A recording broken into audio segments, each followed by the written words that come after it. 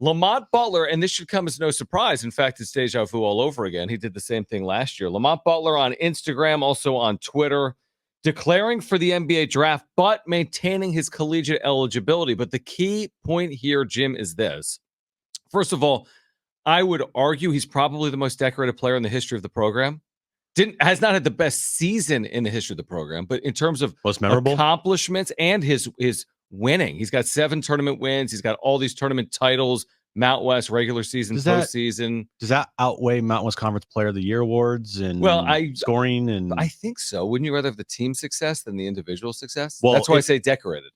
Well, when I think of decorated, I mean I think of individual success, not team success. Well, okay. Well, he's been on maybe the most successful teams. This is the most successful era of Aztec basketball. 4 tournament teams, 7 tournament wins. Nobody can duplicate that, correct? He's the only player that's been here the last 4 years. Right. So no one has been here for 4 tournament runs and 7 or more tournament wins, other than Lamont Butler. Maybe if you're thinking of, most decorated, you could say Adam Senko, most wins as a player in Aztec history. Whatever. That's why I said it's arguable. So anyway, Lamont Butler, who's one of the most iconic players in the history of the men's basketball program. There you go. And decorated and accomplished. Exactly.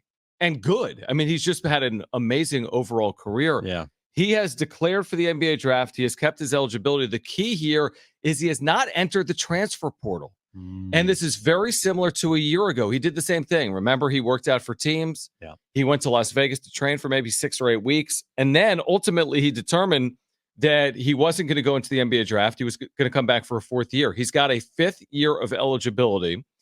He's, again, testing the NBA waters, but he hasn't entered the transfer portal. So do you read it like I do, which is like pro basketball or San Diego State for Lamont Butler in 2024-25? Yep, that's how I view it. I view it's either or, and we could be looking at a situation like last year where it comes down to the wire, and we might know towards closer to the season than we might know with a week or 2 left before we need to find out, or maybe a couple days. What you're saying to the NBA deadline? I don't even know when that is. Is that in May? Whatever the deadline is for Lamont. Because the draft is in June. Yeah. And so it's either NBA or / overseas or a G, something along the lines as professional. Right. Or it's San Diego State. There's he's not going anywhere else, I don't think. He's not going to the transfer portal. He's not I don't think he's going to go anywhere like Keshad went last year, because Keshad, what he didn't correct me if I'm wrong. He declared for the NBA while also entering the transfer portal. Correct. Okay.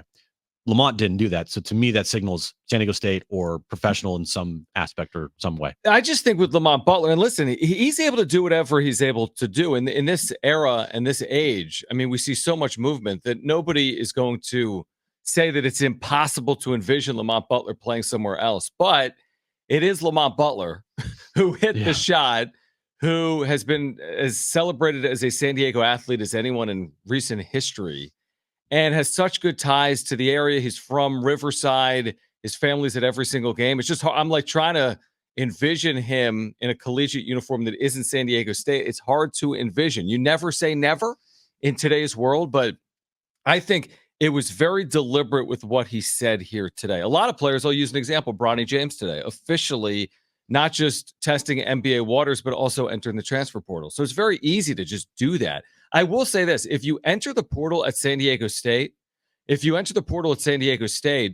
I think that Brian Dutcher and his staff kind of have an obligation to move on. You know what I mean? And address their needs.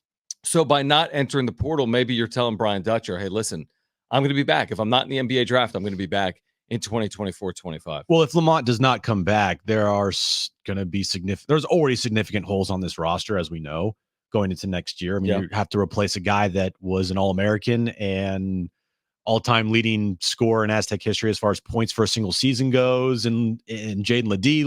It's not easy to replace 20, 21, and 10. Good point. No, it's a great point. So it's a great point. With that there being a massive hole to fill, if Lamont were to leave, then you have to fill not only, and Lamont didn't fill up the stat sheet, right? But there's a lot of things Lamont did that just aren't on the stat sheet, which is his leadership, his running of the offense, his defense. I think he's 99th percentile defender. Oh, he's a 1 of 100 defender. He's so good defensively, and he's just a guy that I don't think you can just replace right away with. Let me ask you, if Lamont leaves, we did this exercise the other day. If Lamont didn't return next year, would any member of the title team's rotation still be here? You lost 5 a year ago, and then you had Jaden, Lamont, Darion. Oh, right. Micah would still have eligibility. It's a good point, because we haven't heard from Micah. We haven't heard from Reese Waters. Now, Reese Waters wasn't here a year ago. He was here this past year. He wasn't on the national championship team. That's a good point. So Lamont could, in theory, leave. You still could have Micah Parrish, but I don't know if Micah Parrish is going to be back or not. I don't know if Reese Waters is going to be back or not. I don't know if Lamont Butler is going to be back or not. But food for thought. I mean, it's the time of year where it's like there's just so many questions. There's just so many questions when it comes to San Diego State basketball and all these programs, I guess. It is, but that's what college basketball is nowadays. Yep.